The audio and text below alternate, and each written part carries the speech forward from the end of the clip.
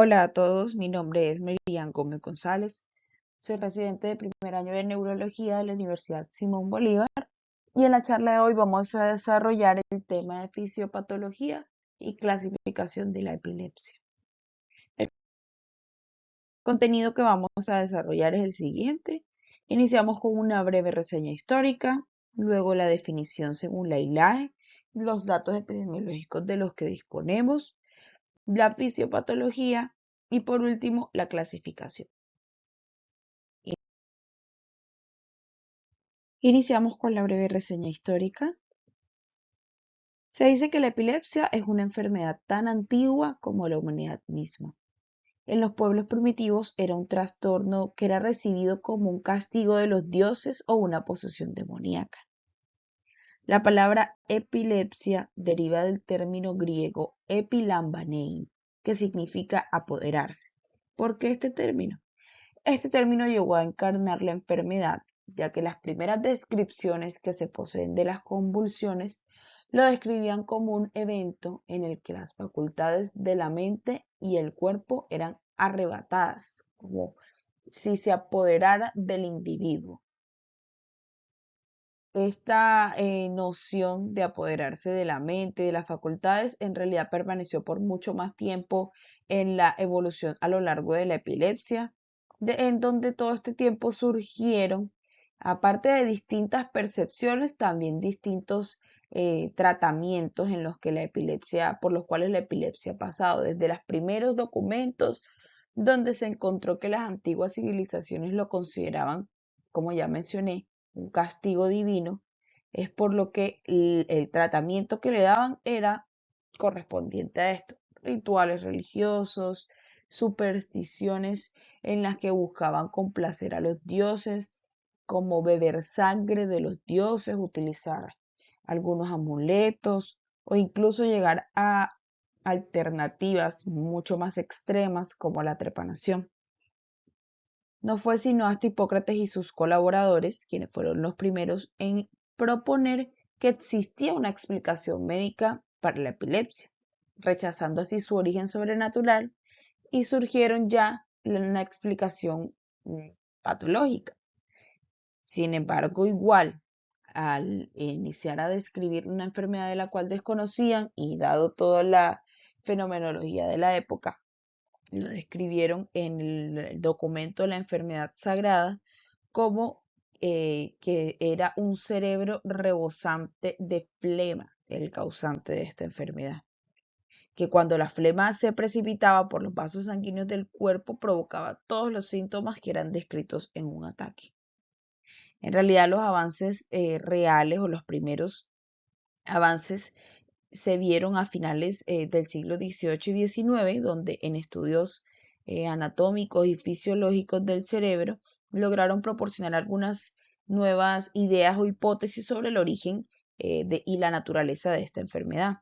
Algunos exponentes fueron John Hotley Jackson y Jean-Martin Charcot, que realizaron contribuciones significativas a la comprensión de la epilepsia como una enfermedad neurológica.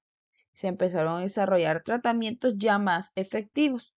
Iniciaron utilizando bromuro de potasio y fenobarbital que ayudaron a controlar las convulsiones y así mejorar la calidad de vida de los pacientes.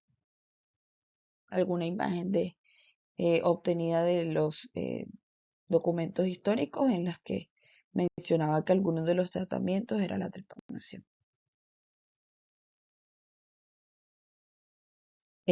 Bueno, como dato curioso, se considera que San Valentín es el patrono de la epilepsia.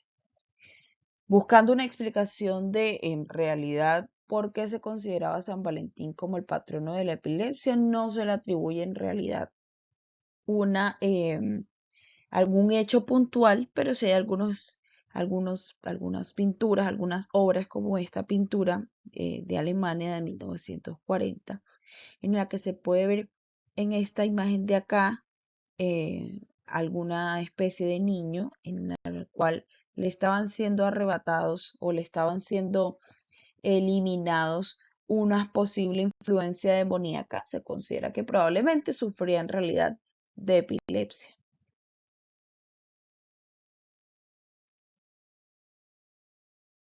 Con la definición,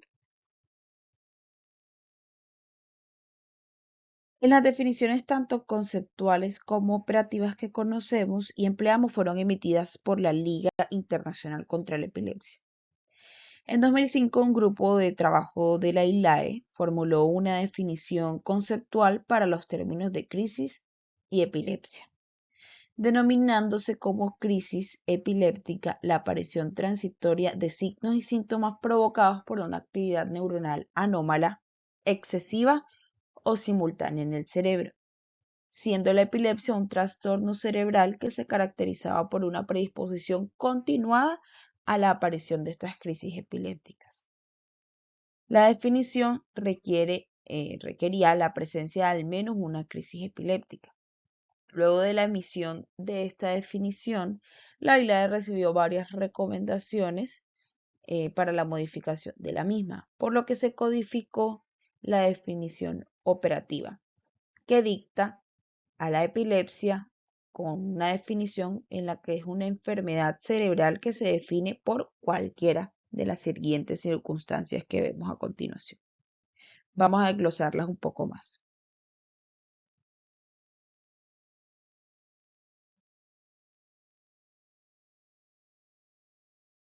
El primer criterio que manejamos en la definición clínica o operativa de la epilepsia es que presente al menos dos crisis no provocadas, también conocidas como reflejas, con más de 24 horas de separación. Esta definición, si bien es útil, no es adecuada en algunas circunstancias clínicas. Por ejemplo, un paciente puede presentar una única crisis que no sea provocada después de una lesión cerebral, sea un ictus o una infección del sistema nervioso central o un trauma. Y un paciente con estas lesiones cerebrales tendría un riesgo de presentar una segunda crisis no provocada, el cual sería comparable al de presentar una nueva crisis después de dos crisis no provocadas, por lo que también se incluyó el segundo ítem.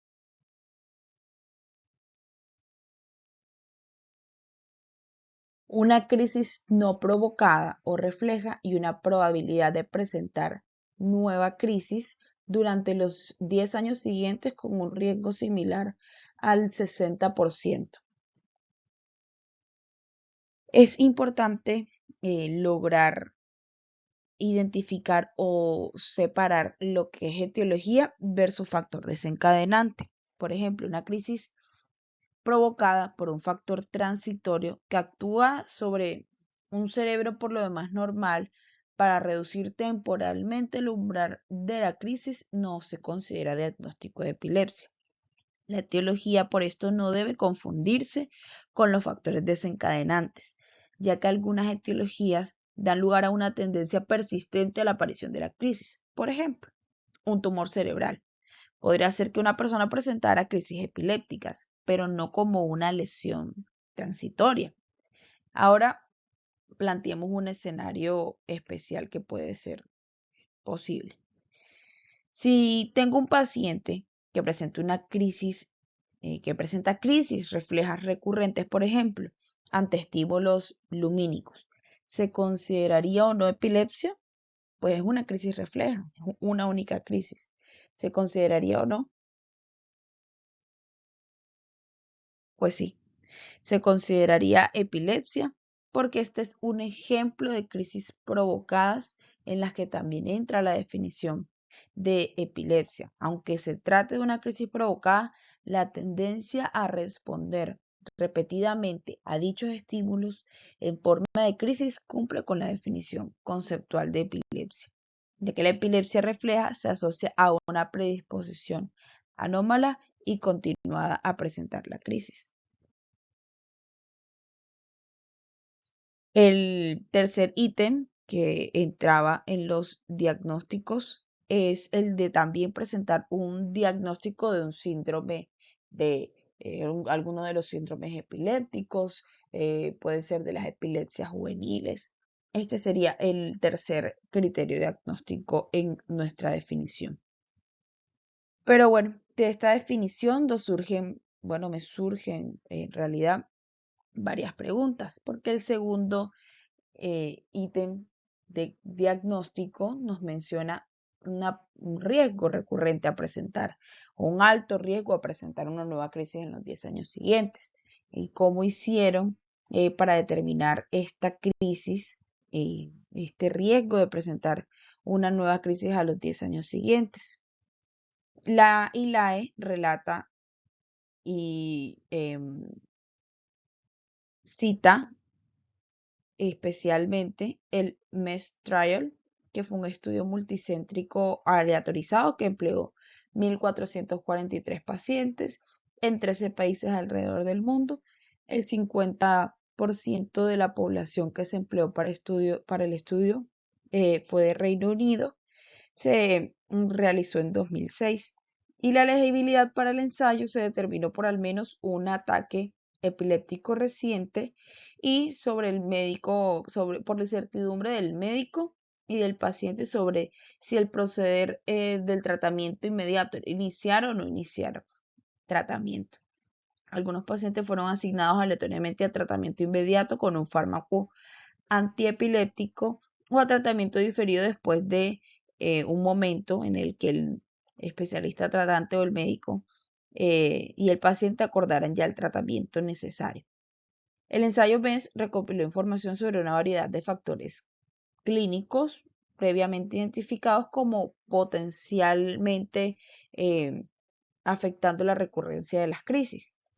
El modelo indica que el riesgo de recurrencia de convulsiones aumenta el número de convulsiones al momento de la presentación, por ejemplo, un electroencefalograma normal, la presencia de algún otro trastorno neurológico, la presencia de algún trastorno cognitivo. Aquí en la tabla que tenemos a la derecha podemos ver un puntaje que nos comparte el MES Trial, el hecho de que se presentara alguna convulsión previo a esta, que hubiese 2 o más, o 4 o más. Y si había alguna alteración neurológica, algún déficit para el aprendizaje o un electroencefalograma normal. Y clasificaba el riesgo en bajo, mediano y alto riesgo, 0 siendo bajo riesgo, 1 siendo riesgo medio y 2 a 4 siendo riesgo alto.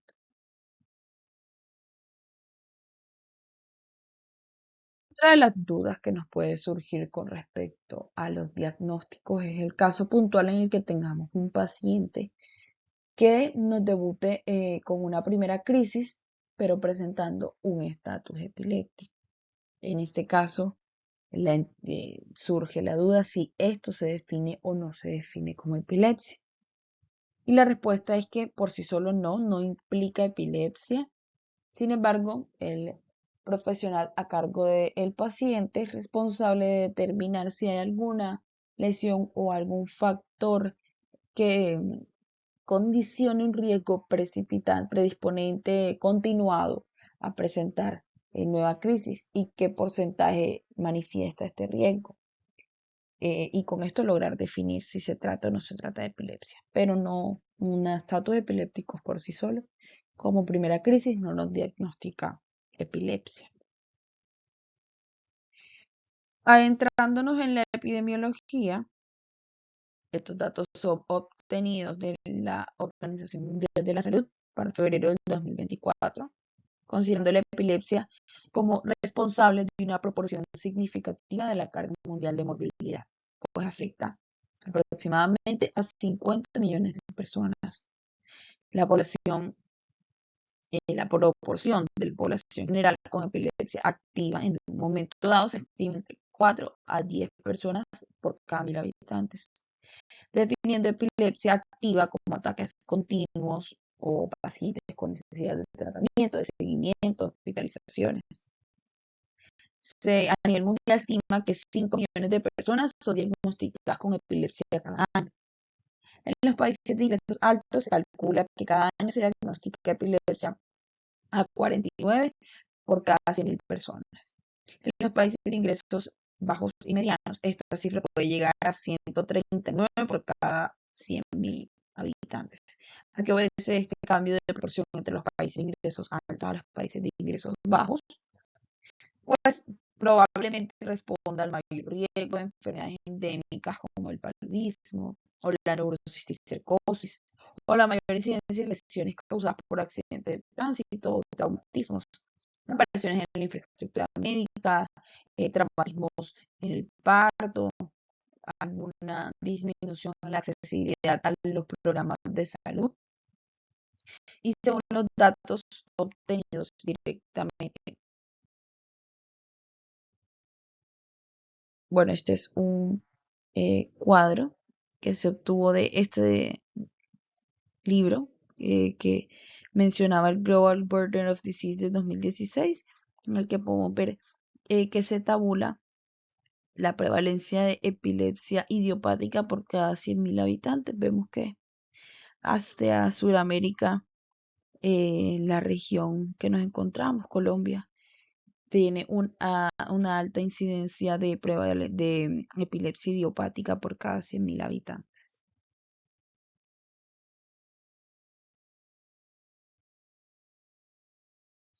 Específicamente, los datos de Colombia, estos son información de la página del Ministerio de Salud. Se considera que entre 2015 y 2019 se identificaron 767.251 personas con epilepsia en Colombia. Las entidades territoriales con mayor número de casos fueron Bogotá, Antioquia y Valle del Cauca.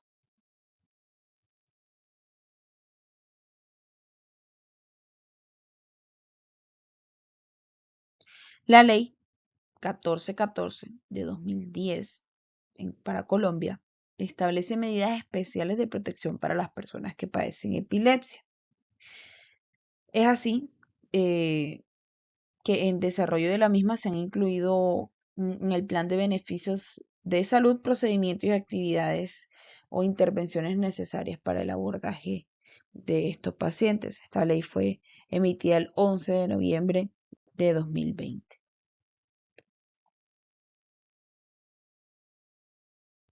Iniciamos con los mecanismos y la fisiopatología. Leptogénesis, que son todos estos procesos por los que un cerebro previamente sano se transforma en un cerebro epiléptico. Existe una noxa, genera cambios y todo este proceso ocurre incluso antes y persiste más allá de la presentación de la primera crisis no provocada. Los mecanismos descritos, hay muchas hipótesis, pero a grosso modo los mecanismos descritos son algunas alteraciones de las células neuronales, algunas alteraciones genéticas y epigenéticas y cambios moleculares y estructurales que resultan en la disfunción de circuitos neuronales. Estos son los cambios celulares, estructurales y morfológicos que se han descrito o los que vamos a mencionar a continuación. Está descrito el brote de las fibras musgosas, la gliosis reactiva, la activación de la microglía, disfunción de la barrera hematoencefálica y disfunción de los canales iónicos.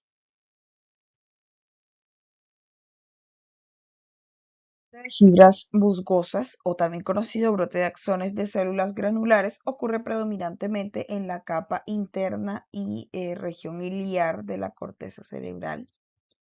Probablemente se inicia por una degeneración de células mucosas excitadoras y pérdida de interneuronas iliares inhibidoras GABAérgicas e interneuronas neuropeptídicas iliares. Este brote puede ser estimulado por varias cosas. Puede ser estimulado por un aumento en la expresión de varios factores de células granulares, como la neuromodulina, el factor neurotrófico derivado del cerebro, proteínas de matriz extracelular y el objeto mecanicista de la activación de la rapamicina. Mecanismos celulares identificados es la gliosis reactiva. Cuando se produce un daño en el sistema nervioso central, las células gliales como los astrocitos y la microglía sufren una transformación adaptativa, que es lo que se denomina gliosis reactiva. Se caracteriza principalmente por un aumento en la liberación de los factores proinflamatorios.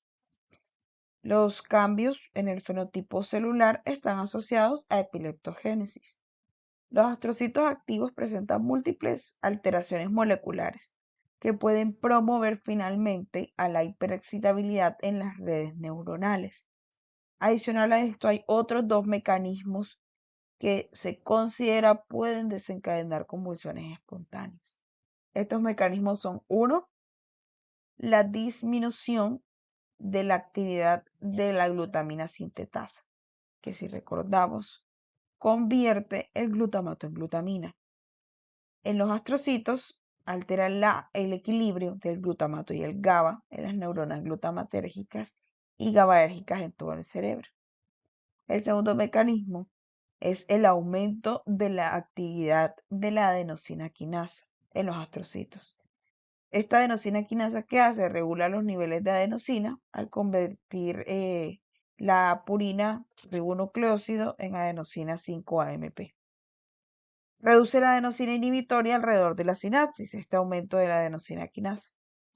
Ambos mecanismos, como tal, pueden desencadenar por sí solos causar convulsiones espontáneas. Los más conocidos es la activación de la microglía. Incluso es uno de los eventos celulares que ocurre durante la epileptogénesis y que se ha detectado en los primeros minutos de instaurado un estatus convulsivo. Hay varios desencadenantes, varias moléculas que pueden generar esta activación microglial. Pueden estar activados por ATP, por el grupo de proteínas B1 de alta movilidad, por varios neurotransmisores o por moléculas importadas de la circulación sanguínea a través de la barrera hematoencefálica. Esta activación microglial está implicada en la epilepsia inducida por neurodegeneración. Hay que aclarar que la pérdida celular no es requerida para la activación microglial, pero sí es un hecho que esta activación precede a la degeneración neuronal. Se ha logrado demostrar que existe una activación recíproca de la señalización entre la microglía y la neurona. Los astrocitos y la microglía activados liberan citoquinas, quimioquinas y señales de peligro que llevan finalmente hiperexcitabilidad neuronal, contribuyendo así a la epileptogénesis. Sin embargo, se cree que este es un mecanismo que no contribuye en el mayor porcentaje a la epileptogénesis porque se han realizado estudios en los que se han suministrado inhibidores de la microglía, de la activación de la microglía, lo que no ha generado una respuesta satisfactoria en la epileptogénesis. Como a mencionar, es la disfunción de la barrera hematoencefálica. Esta puede estar causada por inflamación de los vasos sanguíneos cerebrales por una liberación de citoquinas y quimiosinas por parte de las células gliales activadas o incluso inducido por las células endoteliales. Posterior a esto se da una activación de la adenosina o una interacción de los leucocitos circulantes con moléculas de adhesión propias de las células endoteliales. Y esta disfunción de la barrera hematoencefálica es común en, por ejemplo, las epilepsias estructurales.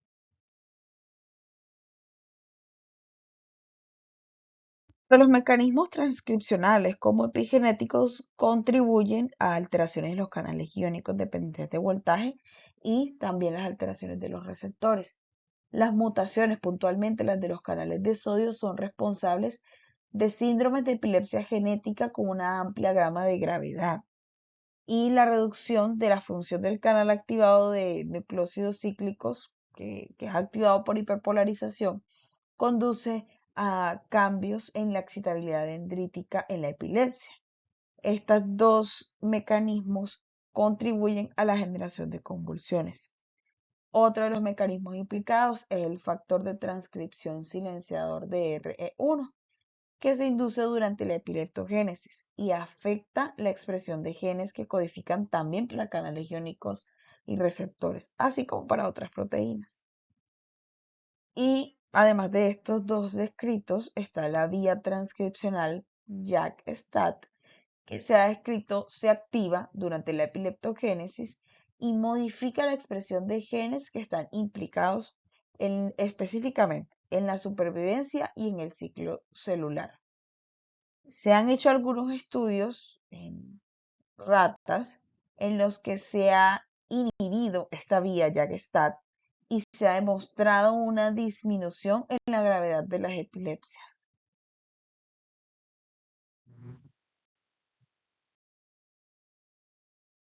Bueno, estos cuadros son simplemente para ver la gran cantidad de mutaciones genéticas que pueden codificar a la presentación de fenotipos específicos de epilepsia.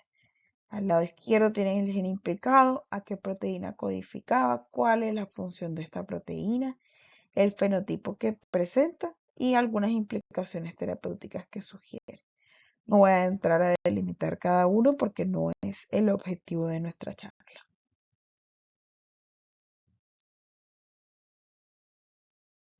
Nuestro esquema es un pequeño resumen. Como vemos, es un ciclo en el que todos estos mecanismos, los celulares, la transcripción, la alteración de la transcripción, la epigenética y los mecanismos moleculares, todos contribuyen a provocar una hiperexcitabilidad.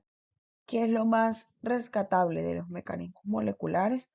La neuroinflamación, el aumento de la actividad neuronal o la lesión cerebral activa respuestas inmunitarias innatas en el sistema nervioso central que promueven a la producción y liberación de mediadores de la inflamación. Durante la epileptogénesis, la neuroinflamación está asociada a estrés oxidativo. Les señalo acá. A estrés oxidativo. Y hay un aumento de NADPH, actividad también de la oxidasa, induce todo esto, unos genes inflamatorios y promueven a la liberación de ¿qué? Interleuquina 1B.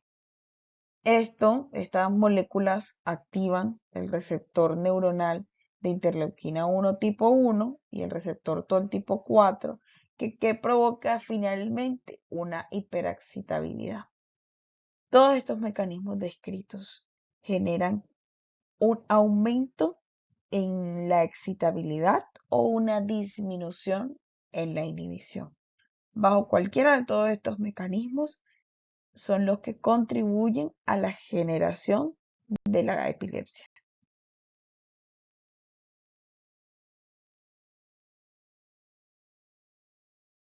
En esta gráfica se esquematiza algunos de los mecanismos importantes que entran en juego, como los que ya mencionamos. Ahí pongamos este número 1 acá. Es la noxa. Varias agresiones al sistema nervioso central, como accidentes cerebrovasculares, infecciones, traumas, tumores, lo que ya mencionamos, pueden causar daños en la barrera hematoencefálica. El aumento de la permeabilidad resultante de la barrera hematoencefálica promueve a la extravasación de albúmina sérica, células inmunitarias periféricas como macrófagos, monocitos, células B y células T. Aparte de esto, así también promueve la extravasación de quimiosinas en el parénquima cerebral, donde inducen finalmente la gliosis reactiva. La gliosis reactiva, como ya se mencionó, son estos cambios morfológicos y fisiológicos de las células gliales en respuesta a las noxas en el sistema nervioso central, y ella puede causar una inflamación excesiva, muerte neuronal y daño tisular,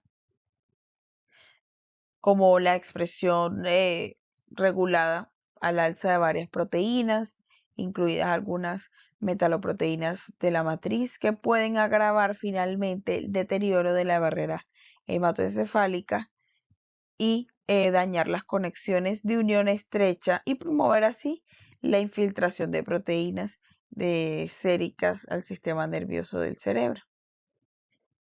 Hay que tener en cuenta algo que no se ha descrito, que es el papel fundamental del cloro en el mantenimiento de la actividad neuronal normal, ya que la acción inhibitoria de los receptores GABA está mediada por gradientes transmembranas de cloro. Hay dos transportadores importantes, que es lo que tenemos graficado acá. El cotransportador sodio-potasio-cloro, el NKCC1, que está encargado de introducir cloro a la célula, y el cotransportador de potasio-cloro, que está encargado de sacar cloro. En las neuronas normales, la concentración de cloro intracelular está más bajo, ya que se envía al espacio celular a través de los KCC2, como ya mencionamos, y se sabe que las mutaciones de pérdida de la función de estos KCC2 causan un mayor riesgo de epilepsia en humanos. El glutamato es uno de los varios factores que pueden afectar la expresión y la función de los KCC2. Los niveles excesivos de glutamato, como los que están presentes en las convulsiones, que generan aquí activación de los receptores NMDA. Esto provoca una desfosforilación de la proteína KCC2 y así disminuye la expresión en la membrana. Como resultado, que habíamos dicho que hacían los KCC2, de ellos sacaban el cloro de la célula. Si está disminuido su expresión en la membrana, la salida del cloro al espacio extracelular va a disminuir. Por ende, el cloro aumenta intracelularmente, es una carga negativa que genera una disminución en el potencial, lo que da como resultado una inhibición de los receptores del GABA, reduciendo su actividad inhibitoria, y por lo tanto, si yo reduzco la actividad inhibitoria, ¿qué voy a tener como resultado? Hiperexcitabilidad.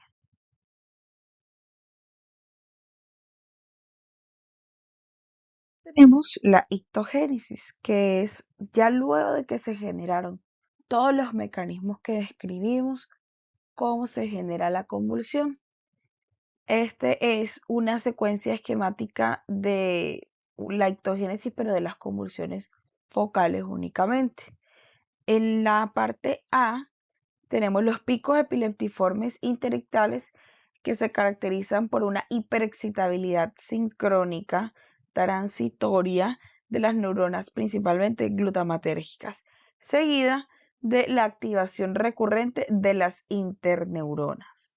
Aquí tenemos esquematizado el lado derecho en colores que significan cada uno de los puntos que está generando la activación. En la gráfica B tenemos un patrón convulsivo que está caracterizado por una activación de una red excitatoria prevalente al inicio, hipersincrónica. Esto es un patrón hipersincrónico de la epilepsia del lóbulo temporal mesial. En este patrón, las neuronas principales sincronizadas están activadas y reclutan otras neuronas principales y a su vez interneuronas, con una red generando una red de convulsión más grande. Al mismo tiempo, hay otros factores que entran en juego, como las alteraciones del espacio extracelular, que es toda esta área sombreada. Estas alteraciones extracelulares pueden mejorar la excitabilidad de la hiperexcitabilidad neuronal.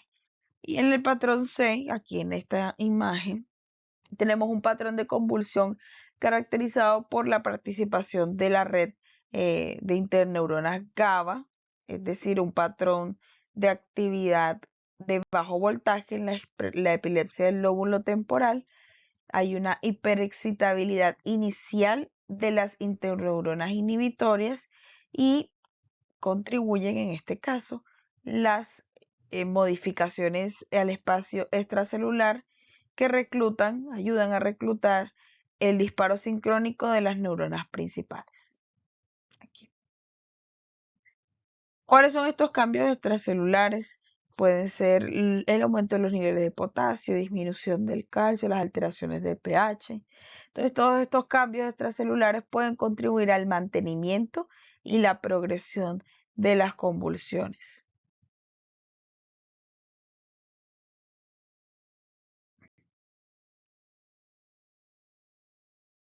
Una vez tratados todos los mecanismos que ya mencionamos, podemos adentrarnos a la clasificación del tipo de crisis. La Liga Internacional contra la Epilepsia publicó en 2017 una versión de la clasificación de tipo de crisis.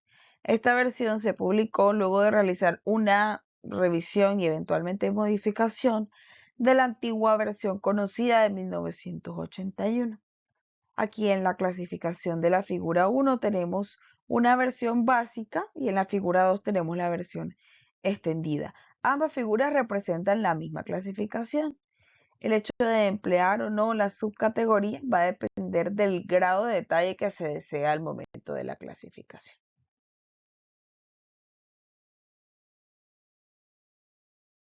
Mejor detalle de la charla, vamos a centrarnos en la versión extendida. Antes hay que tener presente la estructura de la clasificación. El cuadro de la clasificación es columnar, no es jerárquico, lo que significa que los niveles pueden omitirse. Vamos a iniciar con el tipo, valga la redundancia, el inicio de la crisis, si es focal, si es generalizado. También puede ocurrir el caso en el que no tenemos claro el inicio de la crisis. Y si no se tiene siquiera un 80% de certeza de cuál fue el inicio de la crisis, es mejor clasificarlo como inicio desconocido hasta tener mejor claridad con ayuda de las ayudas diagnósticas que se empleen del inicio de la crisis. Para las crisis de inicio focal, específicamente, puede tenerse dos escenarios: que se genere una alteración de la conciencia o que no haya una alteración de la conciencia.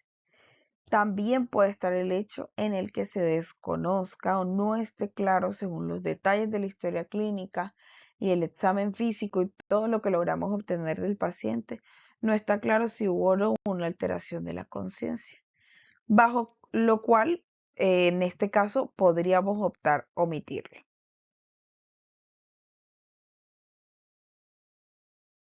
Entonces, el paso 1 es determinar si realmente se trata o estamos ante una crisis. Hay varias ayudas al momento del examen físico, características, datos que podemos obtener en la historia clínica que nos van a ayudar a determinar si se trata o no se trata realmente de una crisis, que ya es tema en realidad de charlas futuras. El paso 2 es, una vez determinado que estamos ante una crisis, determinar el inicio focal, generalizado o, como ya mencionamos, si no se tiene certeza, desconocido. El paso 3 es determinar si hubo o no alteración de la conciencia para las crisis focales, definir el tipo de crisis y clasificar los subtipos que ya vimos en el cuadro. Esta es una herramienta para quienes no la conocían que cuenta la ILAE en su página web. Pueden ingresar con este URL y es una herramienta en realidad bastante útil para las personas en formación, ayudarnos a delimitar con detalle las características, el panorama clínico con videos, trazados de electroencefalograma, posibles diagnósticos diferenciales y síndromes relacionados de cada uno de los subtipos de la clasificación de las crisis. En cada uno podemos obtener videos y detalles específicamente de los casos puntuales de los pacientes. Este es un video de una adolescente con epilepsia mioclónica juvenil. Es una crisis de inicio generalizado, tipo motor, tónico clónico.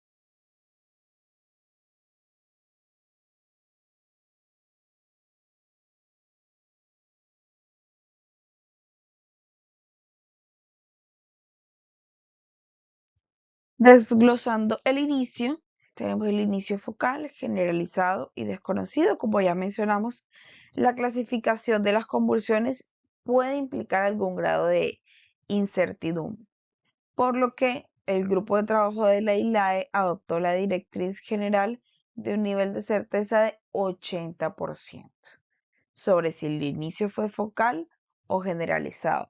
Si no se tiene una certeza al 80% de este inicio, se debe configurar como inicio o desconocido. ¿De dónde obtuvieron este 80%? En realidad es un valor que se eligió arbitrariamente para que coincidiera con lo que se aplica comúnmente con el límite de falsos negativos del 80% para fines estadísticos.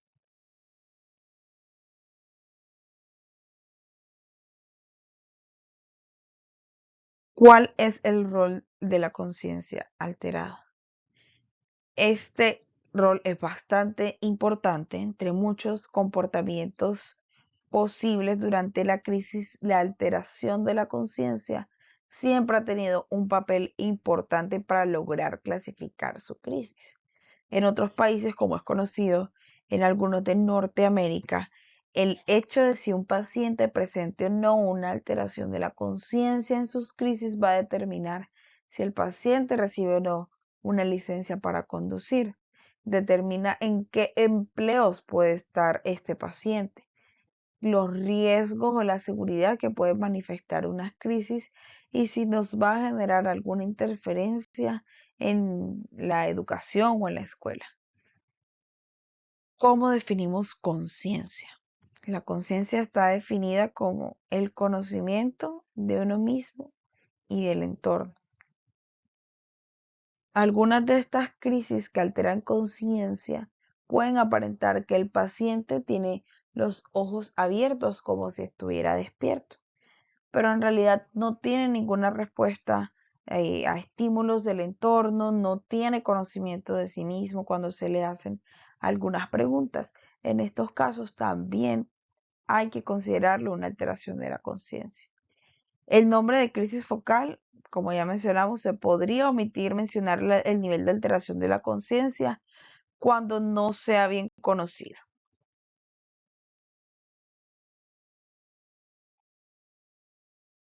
Este es un cuadro que nos ayuda a llevar un poco la relación entre los términos que el paciente nos ayuda a obtener o los que obtenemos a través de la historia clínica con el tipo de crisis o cómo lo podemos encasillar. Si un paciente menciona que presenta una postura en flexión o extensión sostenida, nos caracteriza más un tipo tónico. Si en conjunto en la crisis presenta síntomas como enrojecimiento, sudoración, piloerección, son síntomas autonómicos. Si el paciente describe unas sacudidas arrítmicas, se denominaría más hacia mioclónico. Si las sacudidas son rítmicas, más hacia clono. Si manifiesta sensación de déjà vu, jamais vu, problemas del lenguaje o del pensamiento, tiene un componente cognitivo. Si las sacudidas en casos son de los párpados, va más hacia una mioclonía del párpado.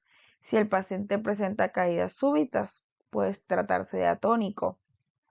Si presenta entumecimiento, hormigueo, que haga sonidos, olores, vértigos, pueden entrar en la clasificación de las sensaciones. Si presenta detención del comportamiento, alteraciones, pausas súbitas, entra específicamente las alteraciones del comportamiento. Si golpea o pedalea, se clasifica más o sugiere hiperkinético. Y si hay una flexión del tronco, nos sugiere más hacia espasmos.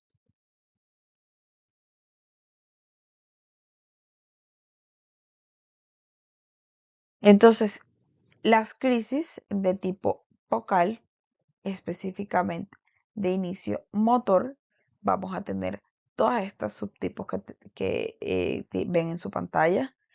El subtipo de inicio motor con automatismos está descrito como una actividad motriz más o menos coordinada, semejante a un movimiento voluntario sin propósito y repetitiva. El atónico es una pérdida o disminución súbita del tono muscular de aproximadamente 1 a 2 segundos de duración. Clónicos son sacudidas, como ya mencionamos, rítmicas, sostenidas, estereotipadas, simétricas o asimétricas de las extremidades. En los espasmos epilépticos hay una contracción muscular breve en flexión o extensión de ambas extremidades y son repetidas. El hiperkinético, en este caso, los movimientos son irregulares, de gran amplitud, son complejos, pueden ser de las extremidades proximales y del tronco, y ellos presentan este tipo de pedaleo que podemos observar. En el mioclónico, las contracciones musculares son involuntarias, repetidas y suelen ser breves. Y en el tónico hay un aumento sostenido del tono muscular. Este habitualmente es de unos segundos a minutos de duración.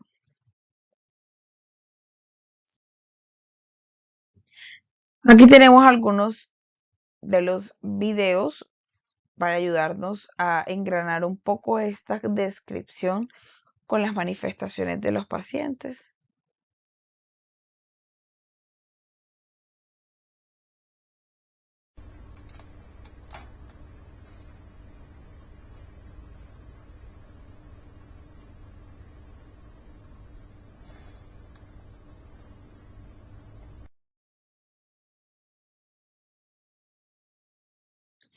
Como vemos, el hiperkinético, movimientos de gran amplitud, el pedaleo que pudimos observar. El tónico es el aumento del tono sostenido de unos cuantos segundos a minutos de duración.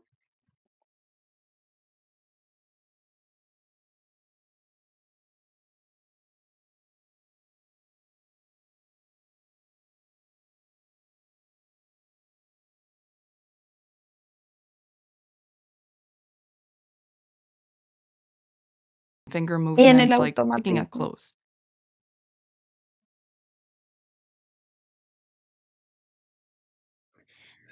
como pudimos observar en este caso, el paciente estaba presentando unos automatismos orales y otro de los automatismos que presentaba es este movimiento de estarse jalando la camiseta.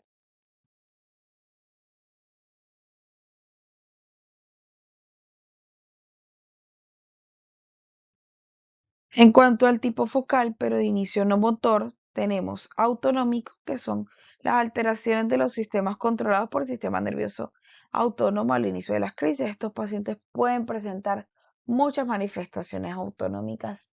Ahora más adelante tenemos un cuadro que nos delimita todo lo que podemos detallar una crisis de tipo focal no motor autonómica.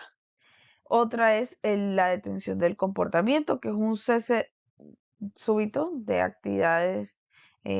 Se puede ver como un congelamiento, una inmovilización o una falta de respuesta del paciente. El tipo cognitivo son alteraciones en el lenguaje, en la percepción espacial, la memoria, praxia. El paciente puede manifestar déjà vus, jamais vu, alucinaciones. En el emocional, el paciente manifiesta una sensación de miedo, alegría espontánea o euforia, y estos son los casos de las crisis elásticas, que es los que conocemos como las crisis en los que los pacientes presentan unas risas exageradas, súbitas. Tenemos también la sensorial, que esta no es perceptible, más bien es descrita como una experiencia perceptiva ante una ausencia o un estímulo externo.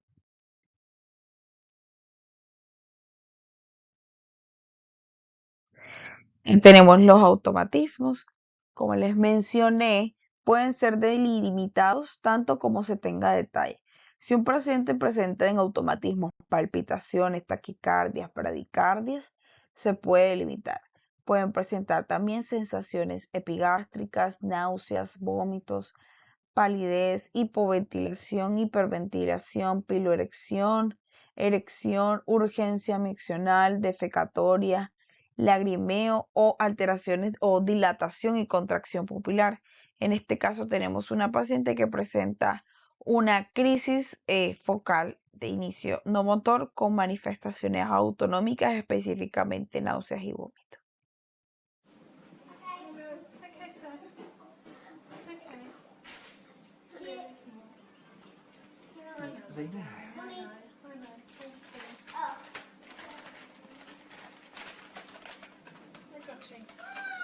Maisie, what was happening? Were you just playing?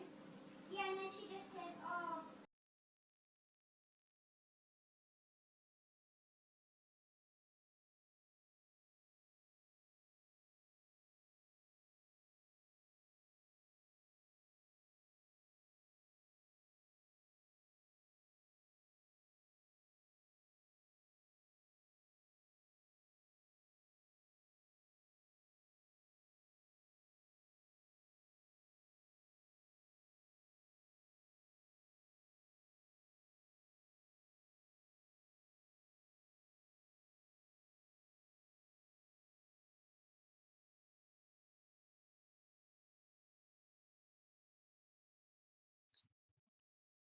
En cuanto a las crisis sensoriales, no están visualizadas por el examinador tan marcadas, pero el paciente manifiesta una sensación ante la ausencia de estímulos externos. Puede ser una somatosensorial, que son fenómenos como hormigueo, entumecimiento, una sensación de corriente eléctrica o incluso dolor.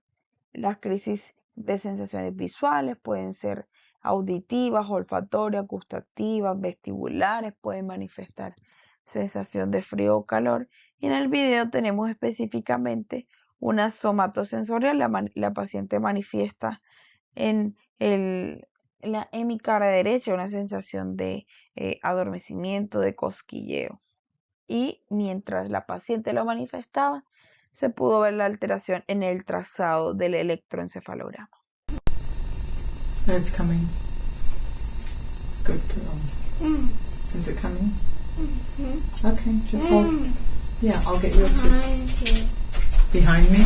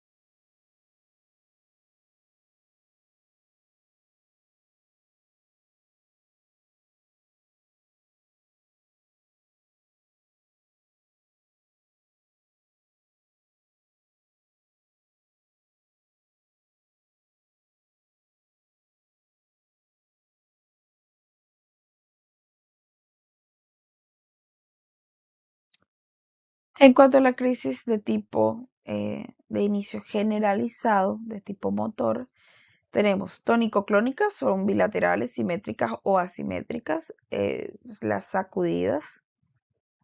En la clónica, las sacudidas son simétricas o asimétricas repetidas. En el tónico hay un aumento sostenido en la contracción muscular. En el mioclónico, la contracción muscular es breve, puede ser en flexión o extensión o incluso en ambas. En la mioclónica, tónico-clónica son como descritas las mioclónicas que evolucionan a tónico-clónica. La mioclónica atónica son como descrito en el mioclónico que están seguidas de un componente motor atónico.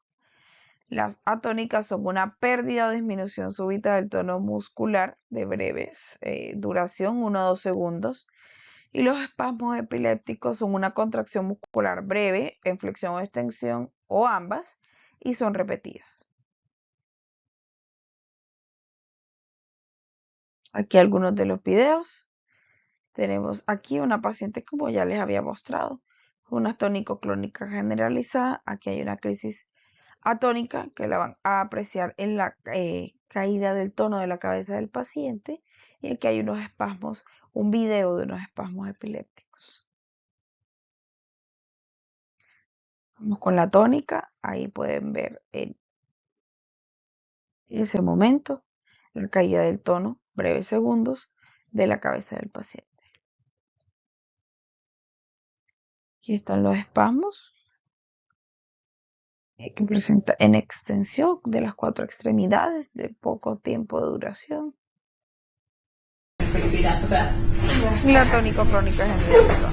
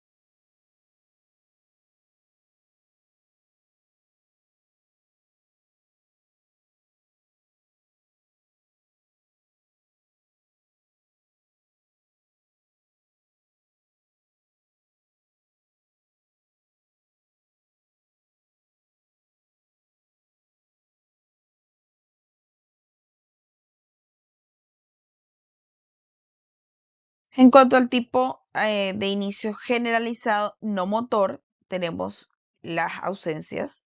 Hay típica, que es un cese de actividad de inicio y fin abrupto. Las atípicas, que tienen un inicio y un final menos brusco. Y las alteraciones del nivel de conciencia que presentaría una crisis típica. La mioclónica, que son los movimientos rítmicos de 3 por segundo que provocan una abducción de las extremidades superiores con una elevación progresiva de los brazos, duran de 10 a 60 segundos. Y la mioclonía de los párpados, sacudidas palpebrales con una desviación ocular ascendente de menos de 10 segundos de duración. Tenemos un video de una crisis típica. Hide away, they say no one will love you as you are, but I won't let them break me down to dust. I know that there's a place for us, for we are glorious. When the sharpest words wanna cut me down. Patients suddenly stop what they're doing, begin to stare motionlessly, and stop responding for about 10 seconds. This is me. Luego de finalizada la crisis típica, el paciente retoma lo que estaba haciendo. Y aquí tenemos mioclónicas, como vemos, son sostenidos de las extremidades superiores presentando una elevación paulatina.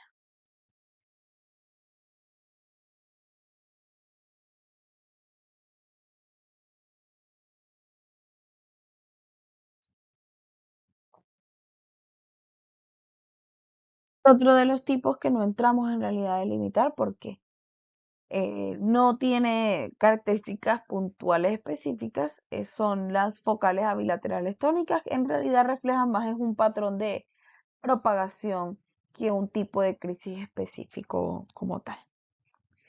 Una vez ya logramos obtener, y la recomendación es lograr delimitar al máximo ante qué tipo de crisis estamos, entraríamos a clasificar los tipos de crisis. Con todos estos datos que obtenemos, en conjunto con la etiología, si se trató de estructural, genético, infeccioso o metabólico, con las comorbilidades, podemos adentrarnos a clasificar los síndromes epilépticos, que nos ayudaría a orientar tanto pronóstico del paciente como probable tratamiento.